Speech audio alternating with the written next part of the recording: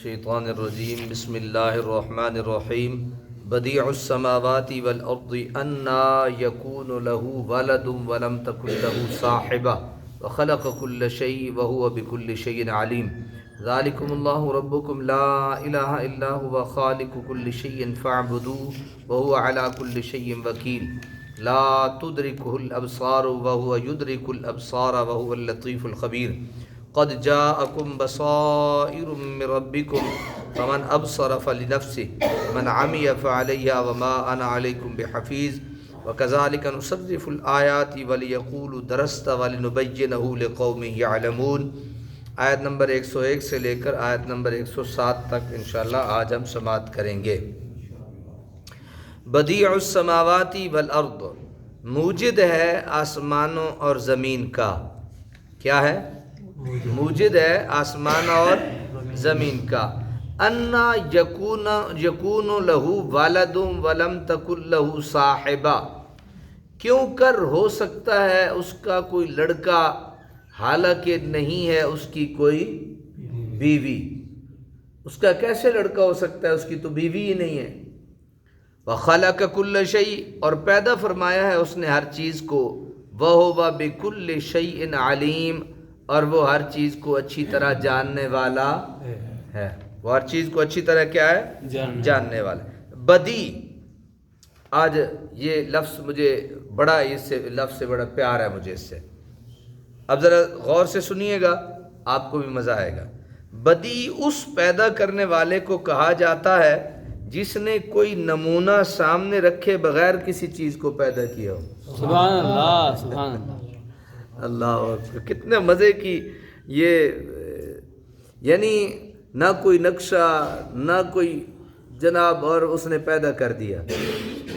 بندہ صرف اپنے آپ کو آئینے میں دیکھے تو کتنا مزہ آتا ہے کہ اس نے کتنا خوبصورت بنایا ہے جی۔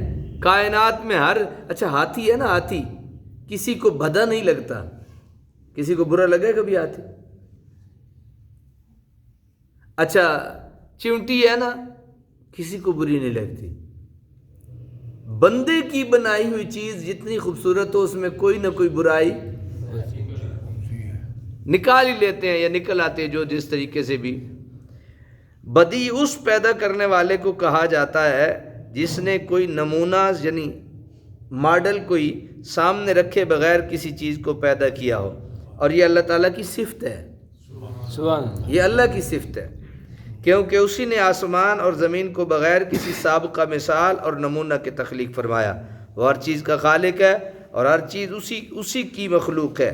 خالق اور مخلوق کے درمیان صرف عبودیت اور بندگی کا ہی رشتہ ہے، فرزندی یا قرابت کا کوئی رشتہ نہیں، کیونکہ جس نے محض اپنی قدرت سے زمین اور آسمان کو پیدا کر دیا، اسے اب بیٹوں اور دوسرے رشتہ داروں اور سہاروں کی ضرورت ہی نہیں۔ اور اگر تم اپنے اجبتنے سے اس کی اولاد بنانے پر مصر ہو تو پہلے یہ بتاؤ اس کی بیوی کون ہے جس کے بطن سے اس کی یہ اولاد ہوئی، اور جب اس کی بیوی ہی نہیں تو اولاد کہاں سے آ گئی؟ ذالکم اللہ ربکم لا الہ الا هو خالق کل شیء، یہ اللہ ہے جو تمہارا پروردگار ہے، یہ اللہ ہے جو تمہارا پروردگار، لا الہ الا ہو، نہیں کوئی خدا سوائے اس کے، خالق کل شیء، پیدا کرنے والا ہے ہر چیز کا، فاعبدوہ، پس عبادت کرو اس کی، وہو علی کل شیء وکیل، اور وہ ہر چیز پر کیا ہے؟ نگہبان ہے۔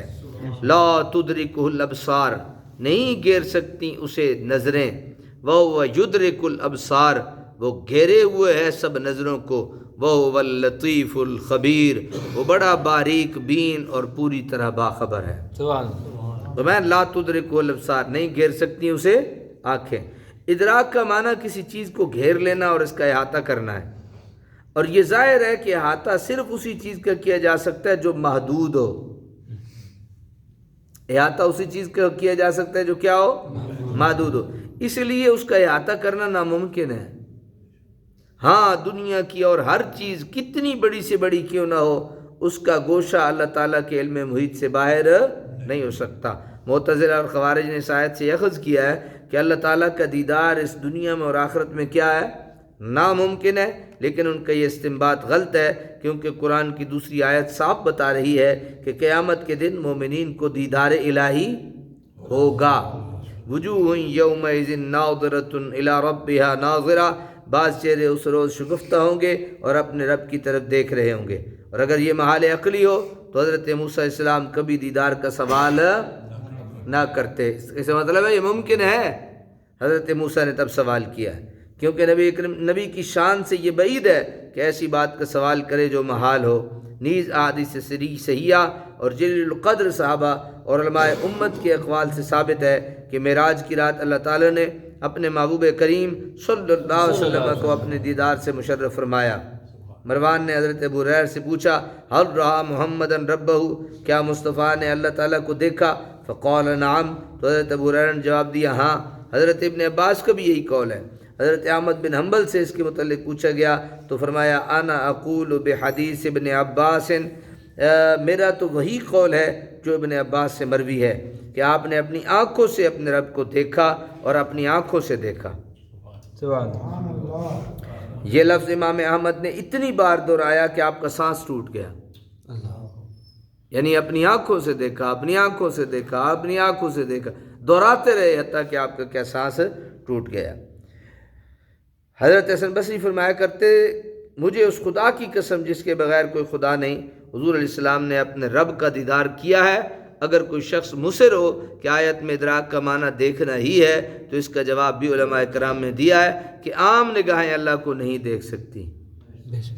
ہاں، جب اللہ تعالیٰ کسی کو اپنا شرف دیدار سے مشرف کرنا چاہتا ہے تو اس میں ایسی قوت پیدا کر دیتا ہے جس سے وہ دیدار کر سکتا ہے، جیسے حضور کریم محمد الرسول اللہ صلی اللہ علیہ وسلم۔ موسیٰ ز ہوش رفت یک جلوہ صفات، تو عین ذات می نگری در تبسمی۔ قد جاءکم بصائر من ربکم، بے شک آئیں تمہارے پاس آنکھیں کھولنے والی دلیلیں، بے شک آئیں تمہارے پاس آنکھیں کھولنے والی دلیلیں اپنے رب کی طرف سے۔ فمن ابصر فلنفسہ، تو جس نے آنکھوں سے دیکھا اس نے اپنا فائدہ کیا، ومن عمی فعلیہا، اور جو اندھا بنا رہا تو اس نے اپنا نقصان کیا۔ اتنی بڑی دلیل کہ بندہ بغیر پلر بغیر ستون کے ایک آسمان کھڑا ہے، اس کی طرف بندہ نہ دیکھے اور اللہ کی قدرت کی طرف نہ دیکھے اور اندھا بنا رہے تو پھر اس کی اپنی مرضی ہے۔ اللہ نے تو بہت ساری قدرتیں بنا دی ہیں، اپنی نشانیاں بنا دی ہیں۔ وما انا علیکم بحفیظ، اور نہیں ہوں میں تم پر نگہبان۔ بصائر بصیرت کی جمع ہے۔ جس طرح جسم کے لیے بصر یعنی بینائی ہے، اسی طرح نفس و روح کے لیے بصیرت ہے۔ بصر اس آنکھ کو کہتے ہیں اور جو دل کی آنکھ ہوتی ہے اس کو بصیرت کہتے ہیں۔ اگر تم ان کی روشنی میں چلو گے تو اس میں تمہارا ذاتی فائدہ ہے، کیونکہ اس طرح دین اور دنیا کی عزت سے سرفراز کیے جاؤ گے، اور اگر آنکھیں بند رکھو گے تو خود ہی ہلاکت کے گڑھے میں گرو گے، کسی کا کیا بگڑے گا۔ وَكَذَلِكَ نُصَرِّفُ الْآيَاتِ وَلِيَقُولُوا، اور اسی طرح ہم طرح طرح سے بیان کرتے ہیں توحید کی دلیلوں کو، لِيَقُولُوا درستہ، تاکہ بول اٹھیں یہ لوگ کہ آپ نے خوب پڑھ سنایا، وَلِنُبَيِّنَهُ لِقَوْمٍ يَعْلَمُونَ، اور تاکہ ہم واضح کر دیں اس کو اس قوم کے لیے جو علم رکھتی ہے۔ دراست ان سے مشتق ہے، اس کا معنی ہے کسی کو پڑھ کر سنانا۔ مقصد یہ ہے اگر ہم اپنی توحید کی دلیلوں کو صرف ایک ہی بار بیان کرتے تو کوئی سنتا کوئی نہ سنتا، کوئی سمجھتا اور کوئی نہ سمجھتا، اور اگر ایک ہی آیت کا بار بار تکرار ہوتا تو شاید کوئی اکتا جاتا۔ اس لیے ہم ان دلائل کو مختلف رنگوں اور متعدد اسلوبوں سے بیان کرتے ہیں تاکہ آپ کے مخاطب یہ اعتراف کرنے پر مجبور ہو جائیں کہ واقعی آپ نے پوری طرح دلیلیں ہمیں پڑھ کر سنائی ہیں اور سمجھانے کا حق ادا کر دیا ہے۔ اللہ عمل کی توفیق عطا فرمائے اور سمجھنے کی بھی توفیق عطا فرمائے۔